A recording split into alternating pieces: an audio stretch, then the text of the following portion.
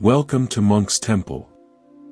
Imagine, for a moment, the quietest room you've ever been in.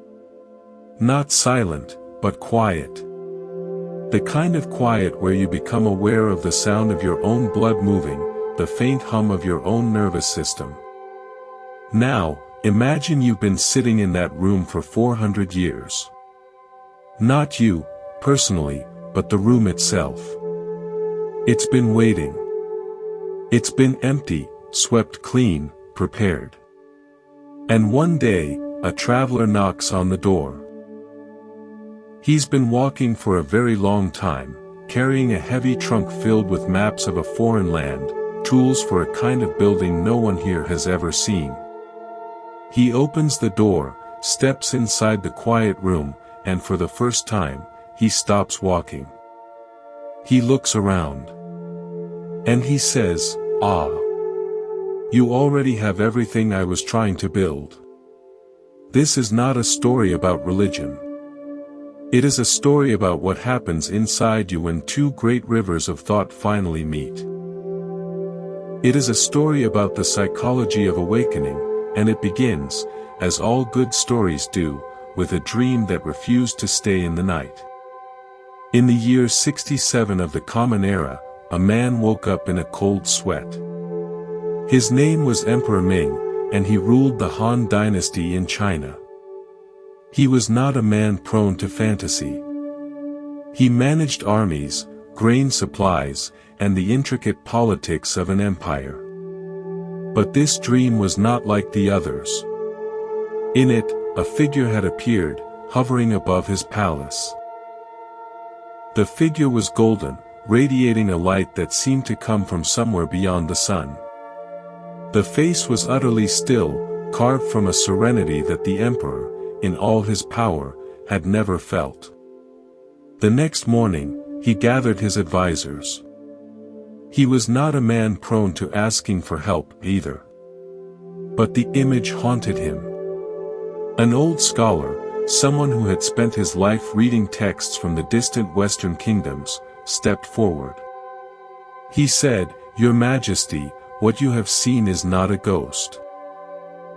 It is a sage. They call him the Buddha. They say he conquered death itself." Now, here is where a normal history would tell you that Buddhism then arrived in China and everything changed. But that is not what happened. What happened was philosophically awkward. It was like inviting a master chef to a banquet, only to have him sit down and realize the guests have no tongues. Or, more accurately, they have tongues, but they only taste in 5 flavors, and this new dish requires 6.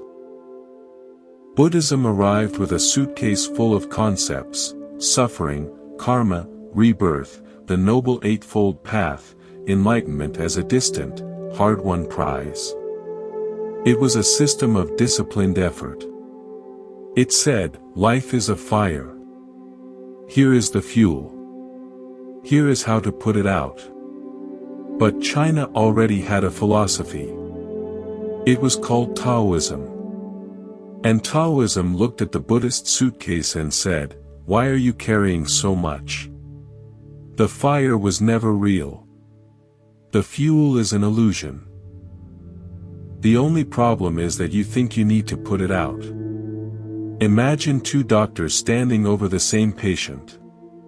One says, "This is a complex disease. We need a rigorous treatment plan, a strict diet, and years of disciplined practice to cure it."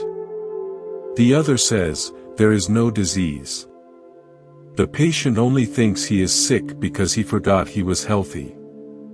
Stop treating him, and he will remember." For the first 400 years, these 2 doctors argued.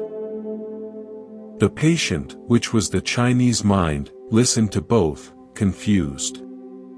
The Buddhist monks translated their scriptures, but the words came out wrong. They tried to explain nirvana, the blowing out of the flame of desire, and the Taoists nodded and said, "Ah, you mean wu wei, non-action, just going with the flow." The monk said, "No, no, it's about extinguishing craving. The Taoists said, yes, yes, don't push the river. It was a translation crisis not of language, but of logic. The early Chinese translators, desperate to be understood, used a method called gai, or concept matching. They took the Buddhist idea of sunyata, emptiness, and matched it with the Taoist word wu, which meant the void, the nothingness from which all things spring. Close, but not the same. One is about the deconstruction of existence, the other about the source of it. They took the Buddha's path and called it the Tao. This created immediate, unspoken confusion. If the Buddha is just teaching the Tao, then why do we need this foreigner? Our own Lao Tzu already said it, and he said it more simply. Buddhism was stalling. It was being politely dismissed as a foreign curiosity, useful perhaps for peasants who wanted comfort, but not for serious minds. It was like a beautiful piece of music being played on an instrument that was slightly out of tune. The melody was there, but the harmony was wrong. It needed someone who could retune the instrument. It needed someone who had lost everything, because only then would he understand that sometimes, you have to break the original to find the truth. His name was Komarjiva. Born in 344, in the Silk Road city of Kutcha, he was the son of an Indian monk and a princess. By the time he was 7, he could recite entire scriptures. By his teens, he was a master of philosophy. He was a bridge before he even knew he was meant to build one, fluent in Sanskrit and Chinese, comfortable in the logical labyrinths of India and the poetic fields of China. And then he was captured. A Chinese general, raiding the kingdoms of the Silk Road, took him prisoner. For 17 years, Komarjiva was held in captivity. 17 years. Think about that. He was ripped from his home, his students, his language. He was a bird in a cage. But cages teach you something about the nature of space. When you are confined, you become acutely aware of the bars, but also of the air that still passes through them. Those 17 years forced Komarjiva into the Chinese mind in a way that no amount of study could have. He didn't just learn the vocabulary, he learned the silences between the words. He learned what Chinese people were not saying, what concepts they simply did not possess, and where the Indian logic slid right off the smooth surface of their understanding. When he was finally released in 401 and brought to the Chinese capital to lead a massive translation project, he faced a choice. The literalists wanted accuracy. They wanted every Sanskrit word to have a Chinese equivalent, even if that equivalent carried 1,000 years of Taoist baggage. Komarjiva understood something they didn't. Literal translation, without comprehension, is just preserving incomprehension in a different language. He made a decision that conservative monks called heresy. He stopped translating words and started translating meaning. For the crucial concept of sunyata, emptiness, he didn't use the old Taoist term wu, nothingness. He chose a new character, Kong. Kong doesn't mean nothing. It means open, spacious, unobstructed. It means a room with the windows thrown open, a sky with room for clouds to pass. It resonated with the Taoist love of openness, but it pointed toward the Buddhist truth: things are empty not because they don't exist, but because they don't exist independently. They exist in relation to everything else. They are spacious. For nirvana, he didn't use wu-wei. He created a new word, nyepan, a sound that carried the Sanskrit origin, but he described it in ways a Chinese mind could grasp. The natural state beyond forcing, the coolness after the fever of wanting. Think of it like this.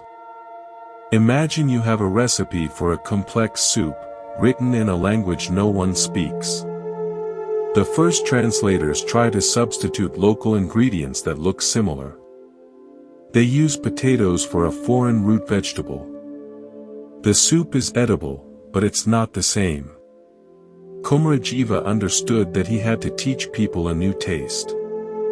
He couldn't just substitute.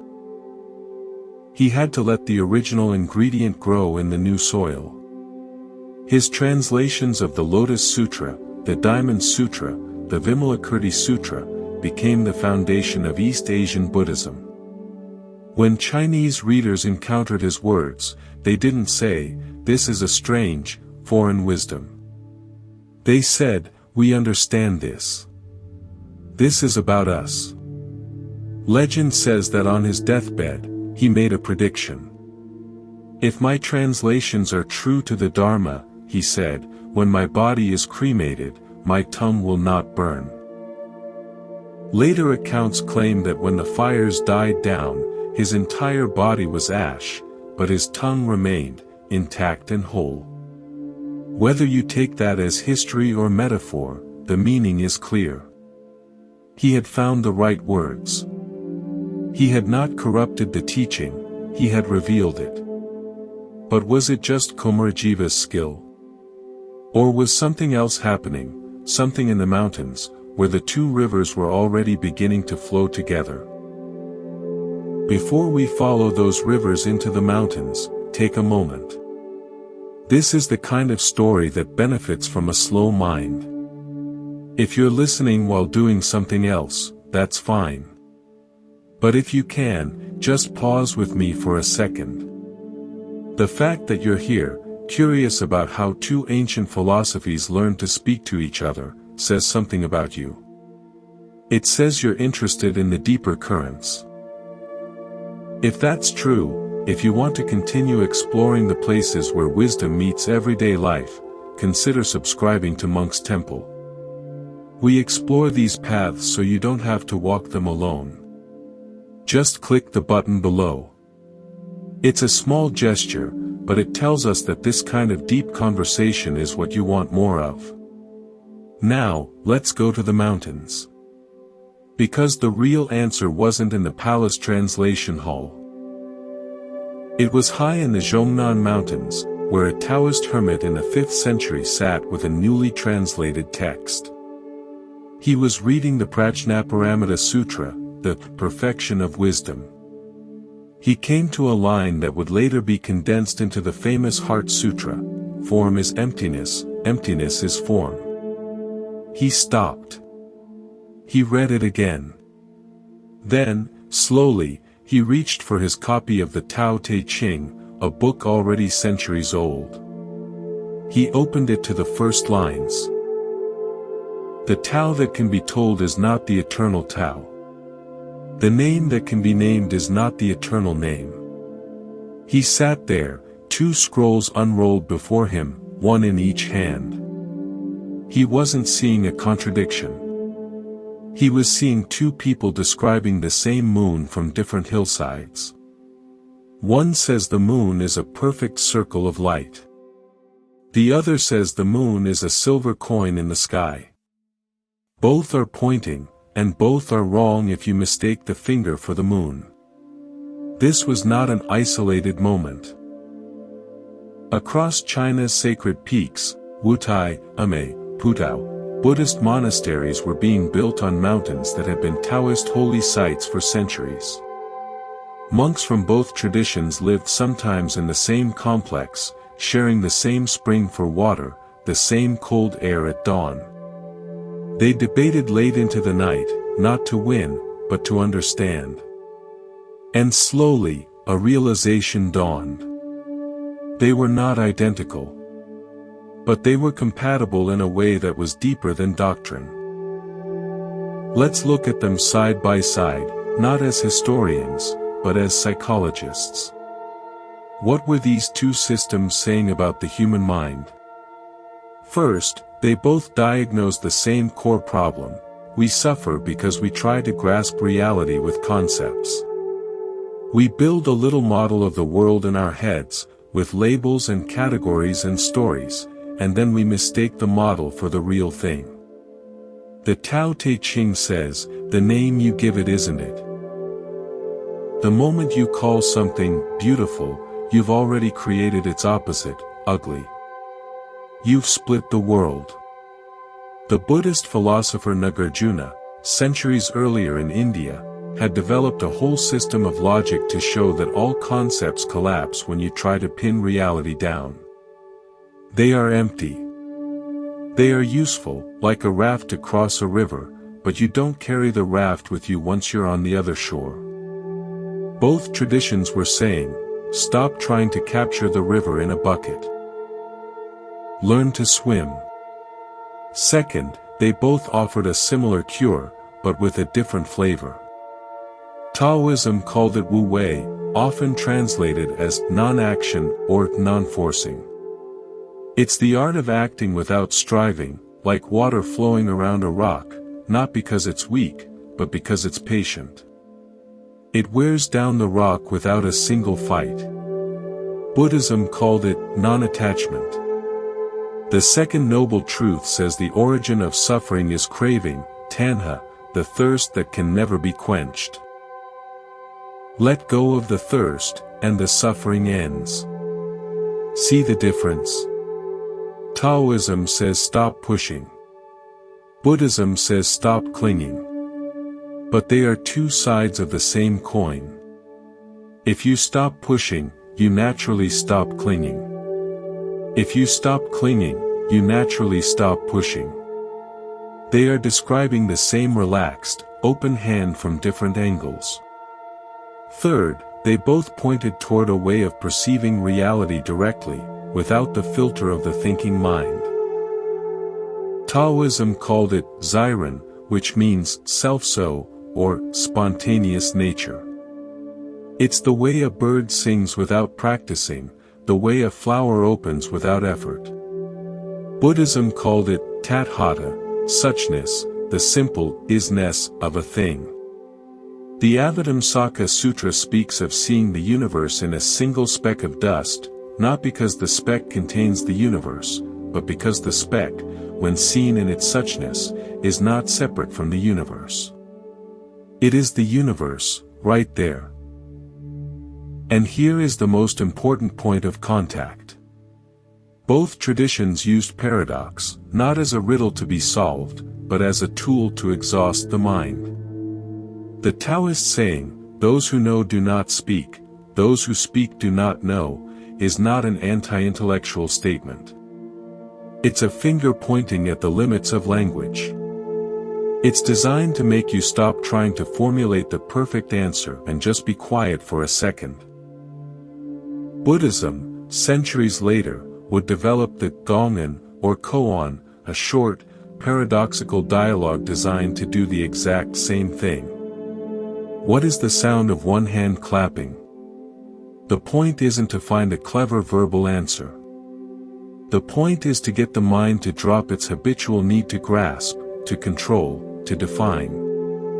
It's like giving the mind a knot it cannot untie, until it finally gives up and just holds the knot, without needing to undo it. In those mountains, practices began to merge. Taoist meditation had long included zhuang, sitting and forgetting.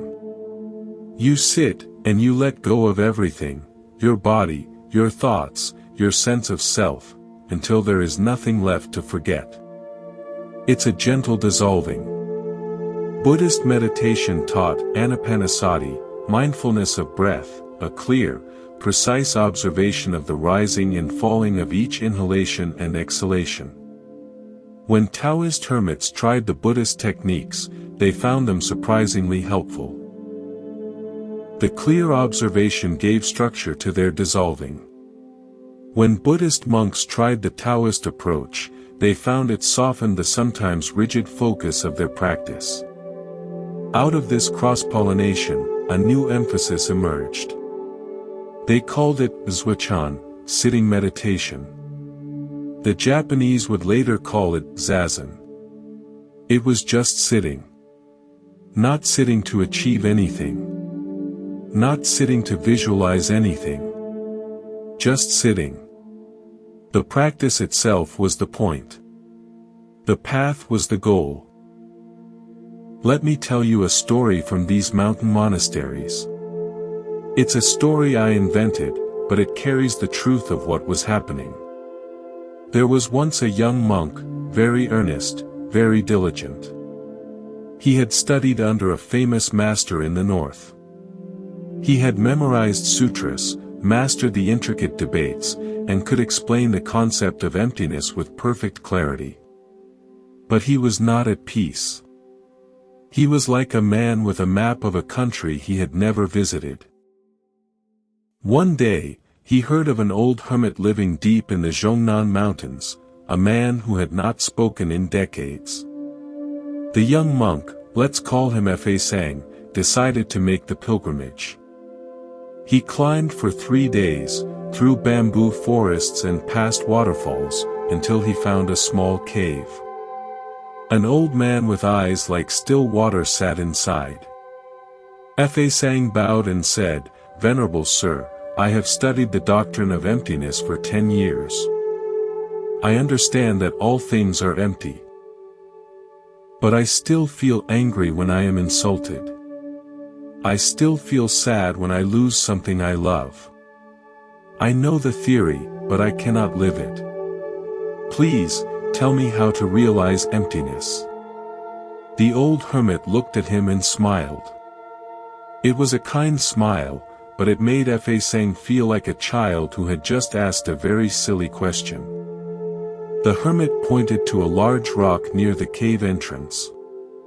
"That rock," he said, his voice rusty from disuse, "is it empty?" Fa Sang was relieved. This was easy. "Yes, venerable sir. According to the Madhyamaka school, all phenomena are empty of inherent existence. The rock is empty." The hermit nodded. "Good. Now, push it." Fa Sang looked at the rock. It was huge, easily the size of a small car. He was a scholar, not a laborer. He walked over, placed his hands on its cold, rough surface, and pushed with all his might. The rock did not move. He pushed again, his feet slipping on the moss. Nothing. He turned back, breathing hard, a little embarrassed. "Venerable sir, I cannot. It is too heavy." The hermit's smile widened. "So, the rock is empty, but it is also too heavy. Which is true?" Fa Sang stood there, confused. His mind, trained in dialectics, tried to form an answer.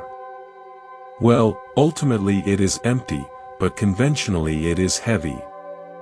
The hermit interrupted him, gently. "You have spent 10 years studying the emptiness of things. But you have not spent 10 minutes feeling the heaviness of them. The emptiness is not somewhere behind the heaviness. It is not a higher truth that cancels out the lower one. The heaviness is the emptiness. The rock's refusal to move is its Buddha nature. Your frustration at not being able to move it is also Buddha nature. You are looking for a special state called enlightenment that will make the rock light. But enlightenment is not a special state. It is seeing that the rock's heaviness and your struggle are already perfectly what they are." In that moment, Fa Sang didn't have a mystical vision. He didn't feel a surge of bliss. He just felt the ground under his feet. He felt the slight ache in his shoulders from pushing. He heard a bird call somewhere in the valley. And for the first time, he wasn't trying to get somewhere else.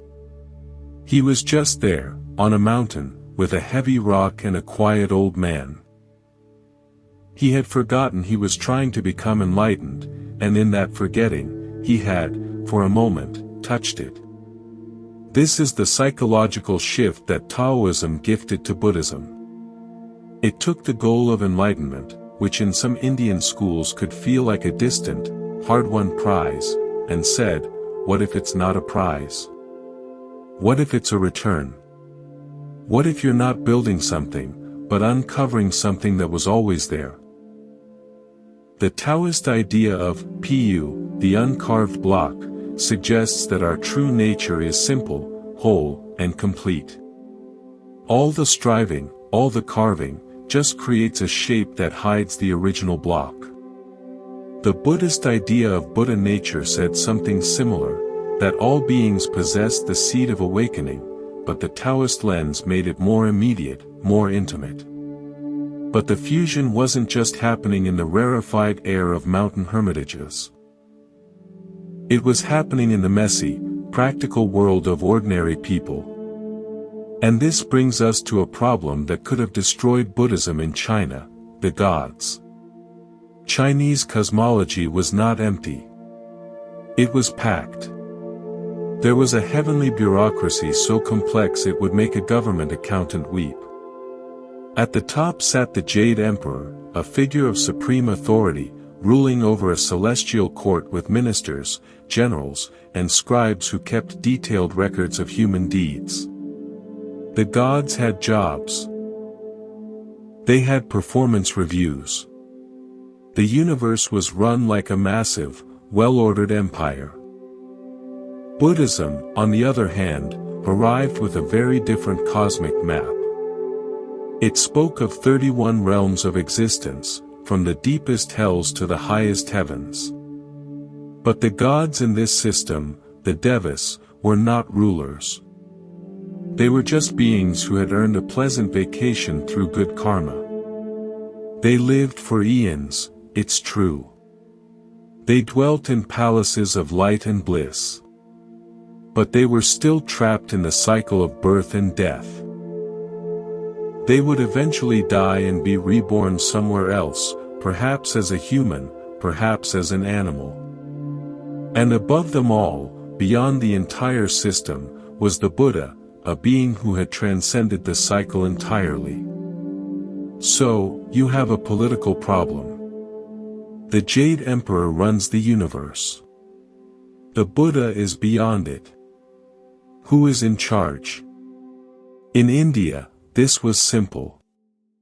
The Vedic gods were politely demoted.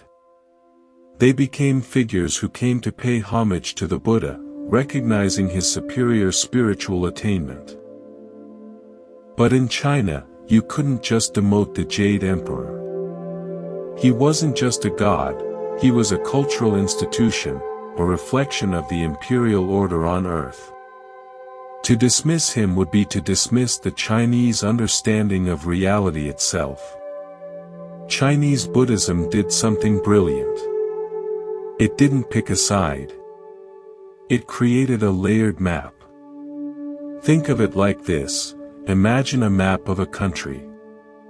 One layer shows political borders, state lines, county seats. That's the realm of the Jade Emperor.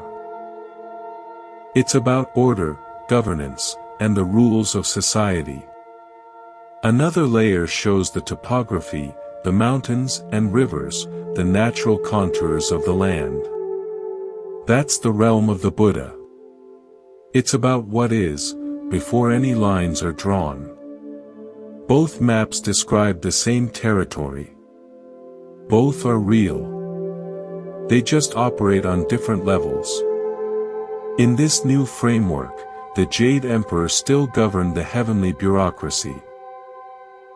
He was responsible for the moral order of the cosmos, for justice and reward and punishment. And the Buddha existed outside that system, offering a path to a liberation that was beyond even the highest heaven. They were not in competition. They were complementary. You could pray to the Jade Emperor for a good harvest and to Guanyin for mercy. You could honor your ancestors with Confucian rituals in the morning, practice Taoist breath meditation in the afternoon, and listen to a Buddhist monk expound on the Lotus Sutra in the evening. This wasn't confusion. This was Chinese pragmatism. It was a both/and culture meeting a either/or philosophy and saying, why can't we have both? And once that framework was in place, the gods themselves began to transform. They didn't just change names, they changed identities. They became Chinese. Consider Avalokiteshvara. In India, this was the Bodhisattva of compassion, the being who hears the cries of the world. He was depicted as a male figure, sometimes with 1,000 arms and an eye in each palm, symbolizing his ability to see and reach out to all suffering. When his cult arrived in China, he was initially portrayed the same way. But over centuries, something fascinating happened. Avalokiteshvara began to change. The masculine features softened. The figure became more slender, more graceful. By the Song dynasty, the transformation was complete. Avalokiteshvara had become Guanyin, and Guanyin was a woman. Not just any woman, but the most beloved female deity in Chinese history. More temples were dedicated to her than to any other figure. Sailors prayed to her before dangerous voyages. Farmers prayed to her for rain. Women prayed to her for children and for safe childbirth. Why did this happen? It wasn't a scribal error. It was a profound psychological insight. The Chinese culture, shaped by centuries of Taoist thought, understood that compassion, in its deepest form, was not masculine. It was not about heroic action or descending from on high to save. The deepest compassion is maternal. It is unconditional. It is the way a mother loves a child who has done nothing to deserve it, who may even be difficult and demanding. The child doesn't earn the love is just there. This is the quality of yin, the receptive, nurturing, dark, feminine principle in Taoism. It doesn't act, it responds. It doesn't demand, it accepts. The Chinese didn't just translate a deity. They transformed the very embodiment of mercy. They said, in effect, we understand what compassion feels like. It feels like a mother's heart. This wasn't a theological debate. It was a lived reality. People didn't care if the historical text said the Bodhisattva was male.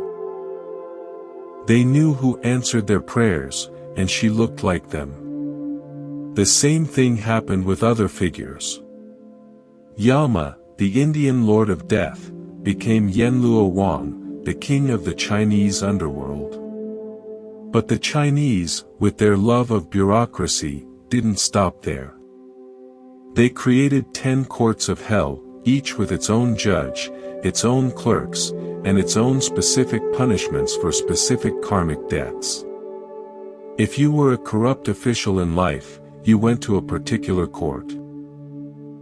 If you were a dishonest merchant, you went to another. It was organized, efficient, and very, very Chinese. And Maitreya, the future Buddha, depicted in Indian art as a serene, teaching figure, became Buddha, the laughing Buddha. You've seen him, fat, bald, jolly, carrying a cloth sack, surrounded by children. He is based on a wandering Chinese monk from the 10th century, a figure of folk legend who was known for his contentment and his generosity. He didn't preach complicated sermons. He just laughed and gave gifts. And the Chinese looked at him and said, yes. This is what spiritual abundance looks like. It doesn't look like a serious philosopher. It looks like a happy, fat man with a bag of presents. It was a celebration of life, not an escape from it. Let me tell you another story, one that illustrates how this integration worked in the life of a single person. This one is also invented, but it is true to the spirit of the time. Imagine a man named Li Wei. He lived during the Tang dynasty. By day, he was a magistrate, a local judge in a busy county. He wore the official robes of a Confucian scholar official. He presided over court cases involving land disputes, theft, and family quarrels. He applied the law with precision, following the codes and precedents. He was responsible for order.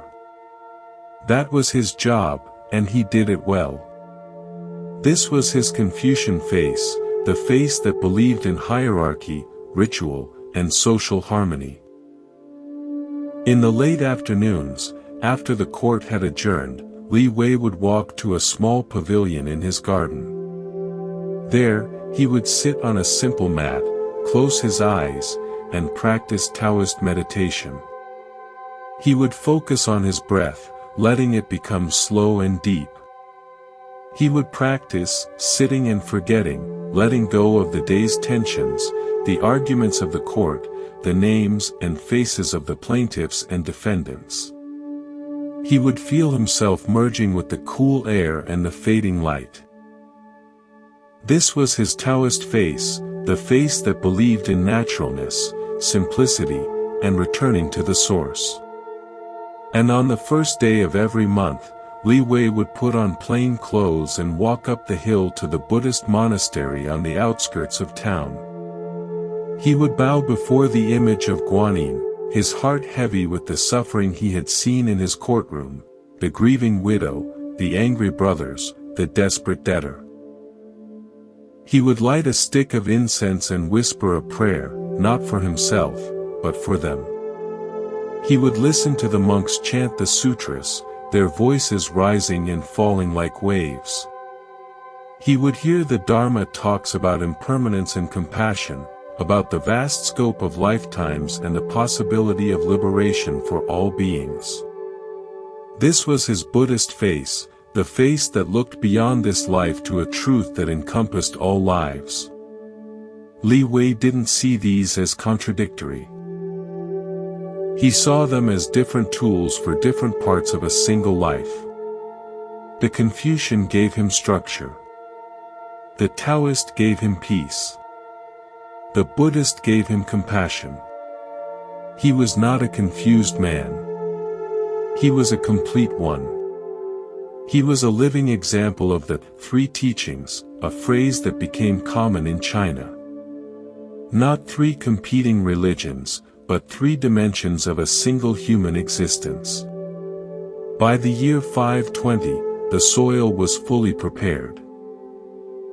And into this prepared soil stepped a figure whose legend would define Zen. His name was Bodhidharma. He was a Buddhist monk from India, or perhaps from Central Asia, who made the long journey to China. Legend says he had an audience with Emperor Wu of the Liang dynasty. The emperor was a devout Buddhist, a man who had built countless temples, supported thousands of monks, and funded the translation of countless scriptures. He was, by any measure, a great patron of the faith. He looked at this ragged monk from the west and asked a question that must have seemed perfectly reasonable. I have built all these temples, sponsored all these monks. What merit have I earned? Bodhidharma looked at him.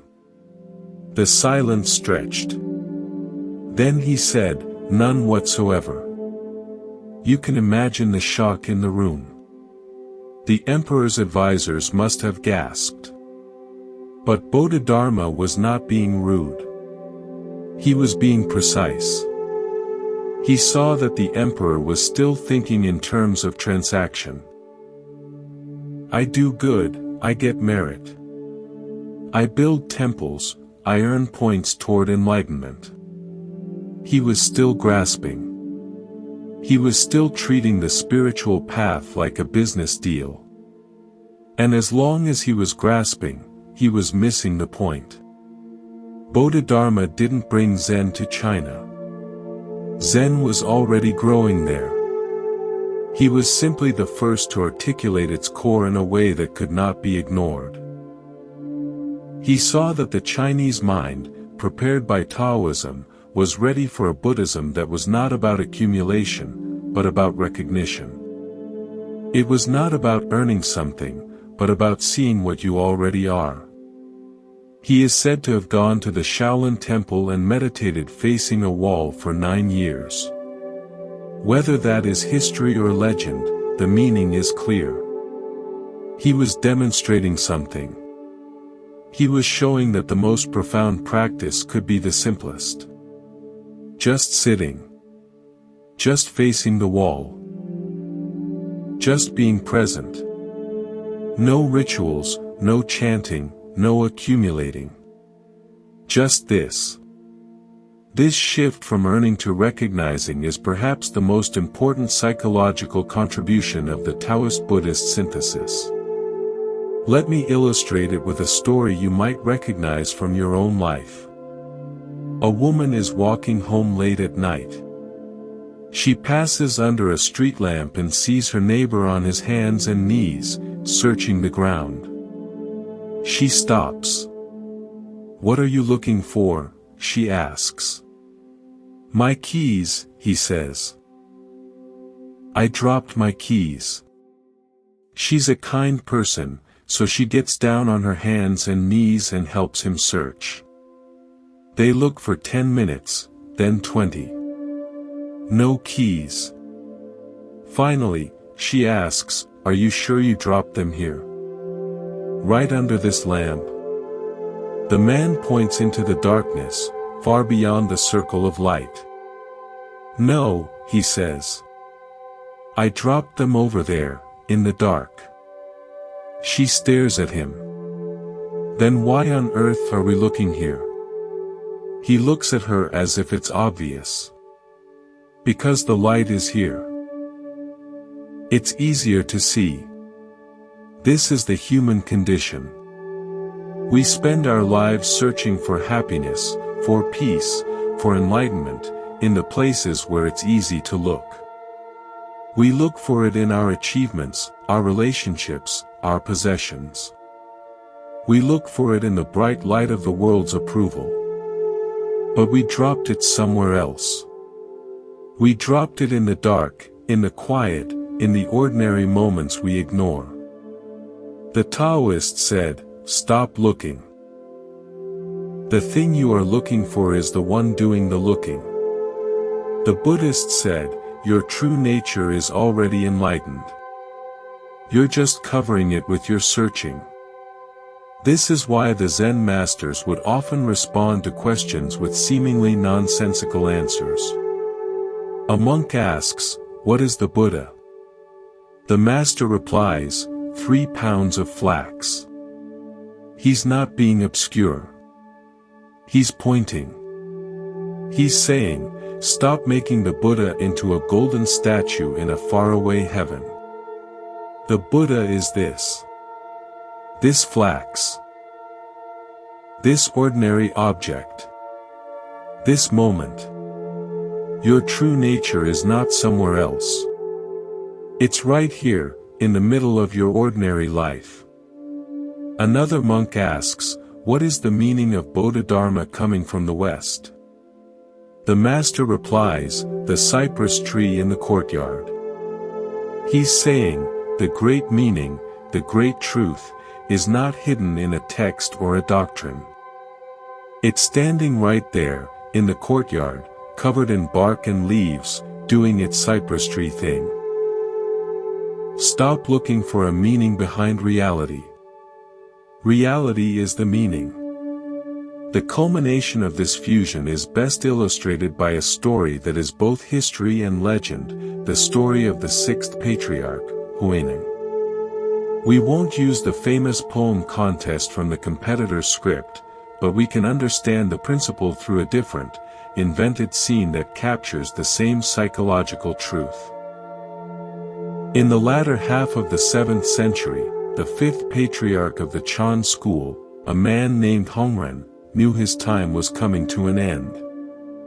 He had many students, but he needed to choose a successor, someone who truly understood the mind-to-mind transmission that was the heart of Chan. Instead of holding a poetry contest, he called his senior monks together for a final, informal discussion. He sat with them in the meditation hall as dusk fell. The only light came from a single oil lamp.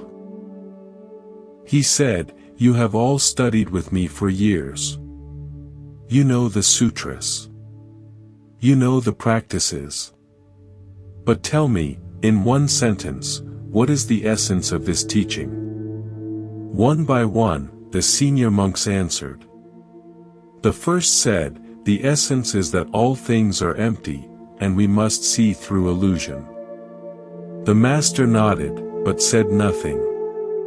The second said, "The essence is compassion, for oneself and for all beings. Without compassion, all practice is just selfish striving." The master nodded again. The third, a brilliant scholar named Shinshio, who was the natural leader of the community, said, "The essence is to polish the mind constantly, like a bright mirror, removing the dust of delusion so that our true nature can shine through." The master looked at Shinshio for a long moment. "A good answer," he said. "A very good answer." Then, from the back of the hall, a voice spoke. It was quiet, almost hesitant. Everyone turned. It was a man named Huineng, an illiterate laborer who worked in the monastery kitchen, grinding rice and chopping wood. He was not even a full monk. He was a lay worker. He had no business speaking. He said, "I don't know about polishing mirrors. I only know this. When I am grinding rice, I am just grinding rice. When I am chopping wood, I am just chopping wood. The essence isn't something we polish or achieve. It's what's doing the grinding and the chopping. It's the one who is listening to this conversation right now. It's the one asking the question. It's you, Master, and it's me. And it's the same." The hall fell silent.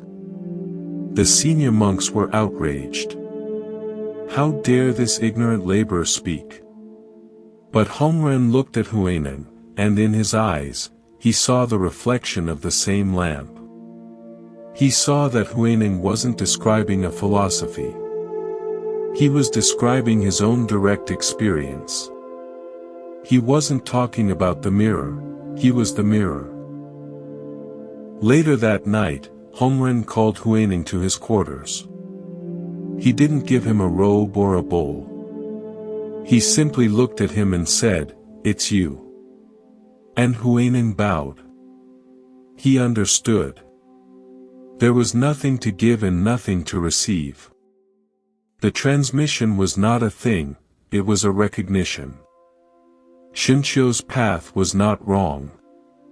The path of gradual cultivation, of polishing the mirror, is a real and noble path. It is the path of discipline, of effort, of slowly cleaning the lens so that the light can shine through more clearly. This path exists in all traditions. But Huineng's insight was a different emphasis. It said, "Who is polishing? Who is this I that is trying to clean itself? If you can find that I, you will see that it was never dusty to begin with." The Taoist influence is clear. It's the uncarved block. It's the water that doesn't try to be clear, it just is clear when it's still.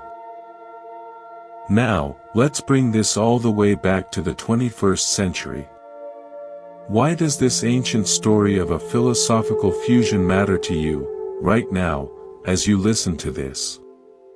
Because you are living in a state of cognitive dissonance. You are, in a sense, a walking embodiment of the same problem that faced ancient China. You have multiple operating systems running in your mind at the same time.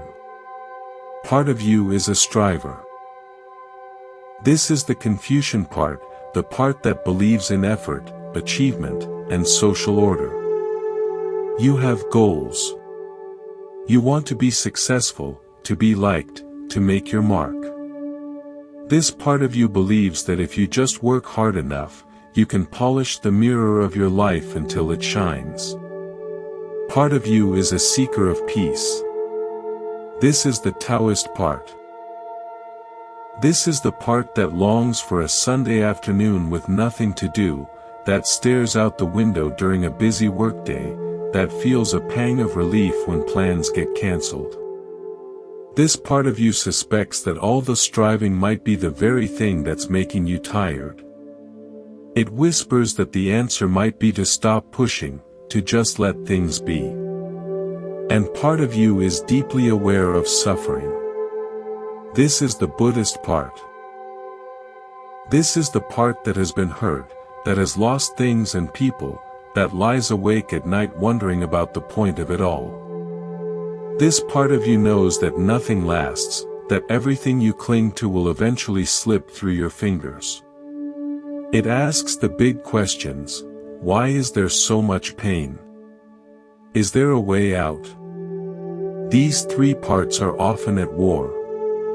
The striver tells the seeker to stop being lazy. The seeker tells the striver to stop being neurotic. The suffering part tells them both that it's all meaningless anyway. This internal conflict is the source of a tremendous amount of modern anxiety. The genius of the Chinese synthesis was that it didn't try to make these parts fight until one won. It gave them a way to coexist. It created a layered map of the self. Use the striver, the Confucian, to organize your life, to meet your responsibilities, to be a good friend and colleague. This is the layer of conventional reality, where effort matters. Use the seeker, the Taoist, to replenish yourself, to find moments of stillness, to remember that you are part of something larger than your to-do list. This is the layer of connection, where effort drops away. And use the witness, the Buddhist, to hold it all with compassion. To see your striving and your seeking as passing weather in a vast sky. To know that the one who is aware of all these parts is not itself a part. It is the awareness itself. This is the layer of liberation, beyond effort and non-effort, beyond suffering and peace. Let me give you a modern example. I once knew a calligrapher, a woman named Lynn. She had studied the art for 30 years. She could create characters of breathtaking beauty. But she struggled with one thing: perfectionism. Every stroke had to be exactly right. She would spend hours on a single character, and if the ink bled just a millimeter outside the line, she would crumple the paper and start over. Her studio was filled with the ghosts of abandoned work. One day, a young student was watching her. Lynn was working on a particularly difficult character, the one for dragon. Her hand was steady, her focus absolute. But at the very last moment, her brush slipped. A tiny, unintended flourish appeared at the tail of the dragon. Lynn stopped. She stared at the paper. The student expected her to crumple it. But instead, Lynn's face changed. She looked at the mistake for a long time. Then she put down her brush, picked up the paper, and held it up to the light. "Look," she said to the student. "The dragon is moving." The student looked. Where the mistake was, the ink had spread slightly, creating a subtle suggestion of motion, of the dragon's tail swishing through the air. The perfect characters Lin had painted before were beautiful, but they were static. This one, with its flaw, was alive. This is the Taoist Buddhist mind in action. The Confucian part of Lin wanted perfection, control, the stroke exactly as it was supposed to be. That's the mirror polishing. But the Taoist part, the part that trusted the flow, saw that the mistake was not a mistake. It was the brush meeting the paper in a unique, unrepeatable moment. It was Ziren, the self-so. And the Buddhist part saw that the character was empty. It had no fixed nature. It was not a failed dragon or a perfect dragon. It was just this, ink on paper, in this moment, for this one time. Lin didn't stop practicing. She didn't abandon her discipline. She just added a new layer. She still polished the mirror of her skill, but she no longer believed that the mirror had to be flawless to reflect the truth. Sometimes, the cracks let in the most light. So how do you live this synthesis? How do you bring this 1,000-year-old conversation into your own mind? It's not about becoming a Buddhist or a Taoist. It's about recognizing that you already have these capacities, and learning to let them work together. First, practice the Confucian layer. This is the layer of structure. Show up on time. Keep your promises. Do your work with care. Be a good friend. This is not spiritual bypassing. This is the foundation. Without this, the other layers are just fantasy. It's the garden wall. It keeps the deer out so the flowers can grow. Second, invite the Taoist layer. Schedule non-doing.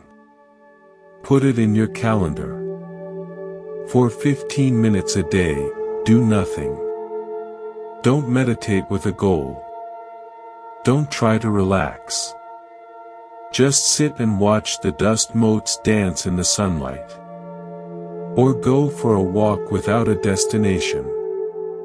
Notice how it feels to have no purpose.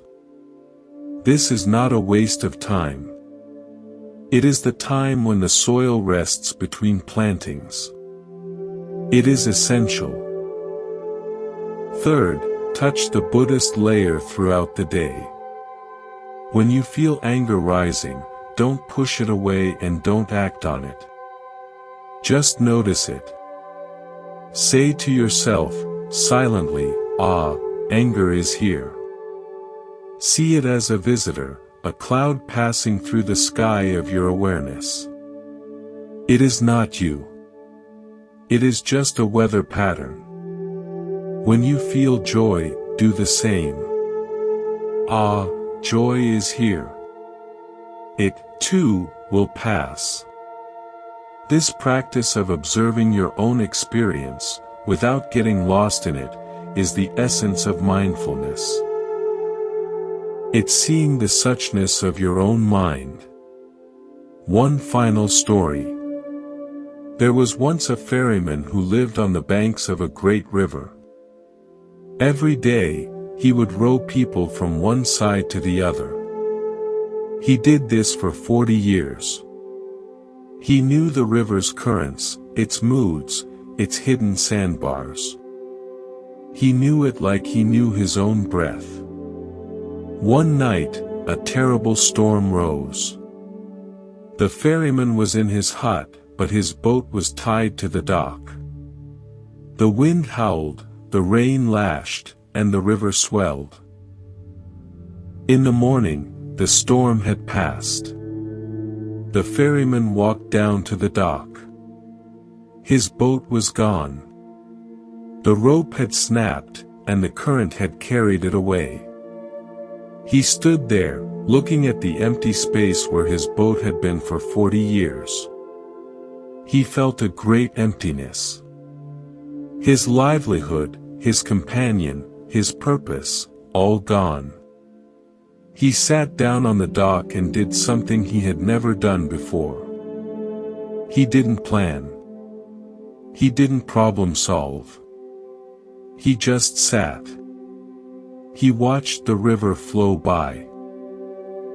He noticed how it was the same river he had always known, still powerful, still moving, still alive. After a long time, he looked up.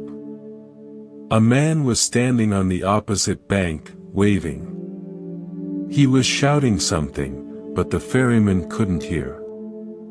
The man was pointing downstream. The ferryman looked. There, caught in some reeds a little way down the river, was his boat. It was battered, but it was there. He could have felt relief. He could have felt joy. Instead, he felt something else. He felt a strange sense of gratitude for the moment when the boat was gone.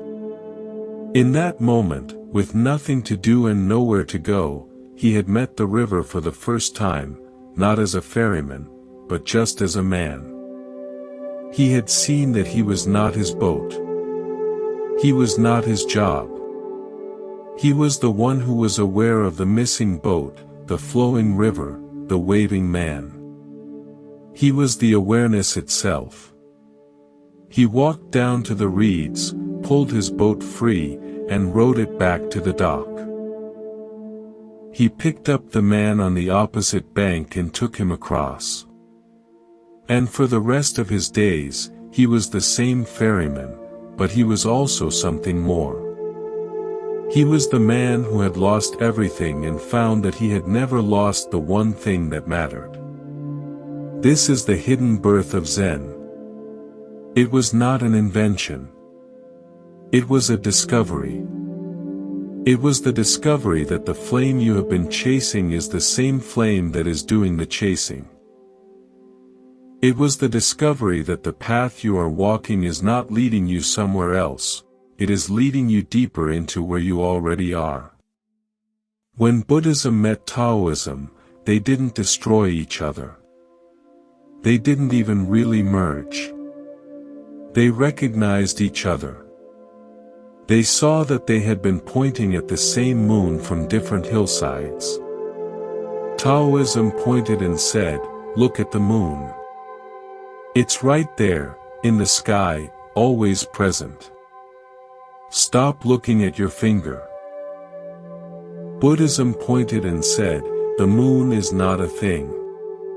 It's not an object you can possess. The moon is the space between you and the sky. It's the light itself." And the Chinese people, in their villages and their monasteries, in their courts and their fields, looked up. And for the first time, they saw it. They saw the moon reflected in 1,000 puddles, in 1,000,000 dewdrops, in the still water of a meditation bowl. They saw that it was one moon, but countless reflections. You are a reflection of that moon. Your struggles, your joys, your confusion, your moments of clarity, all of it is the moonlight playing on the water of your life. The goal is not to stop the waves. The goal is not to smooth the water. The goal is to see that the water and the waves and the moon are not separate. They are a single, unfolding, perfect moment. And in that seeing, the search ends. Not because you have found the answer, but because you have realized you were never lost. You were just looking for yourself in the light, when all along, you were the dark sky that holds it. Stay curious. Stay wise. And remember, you are already home.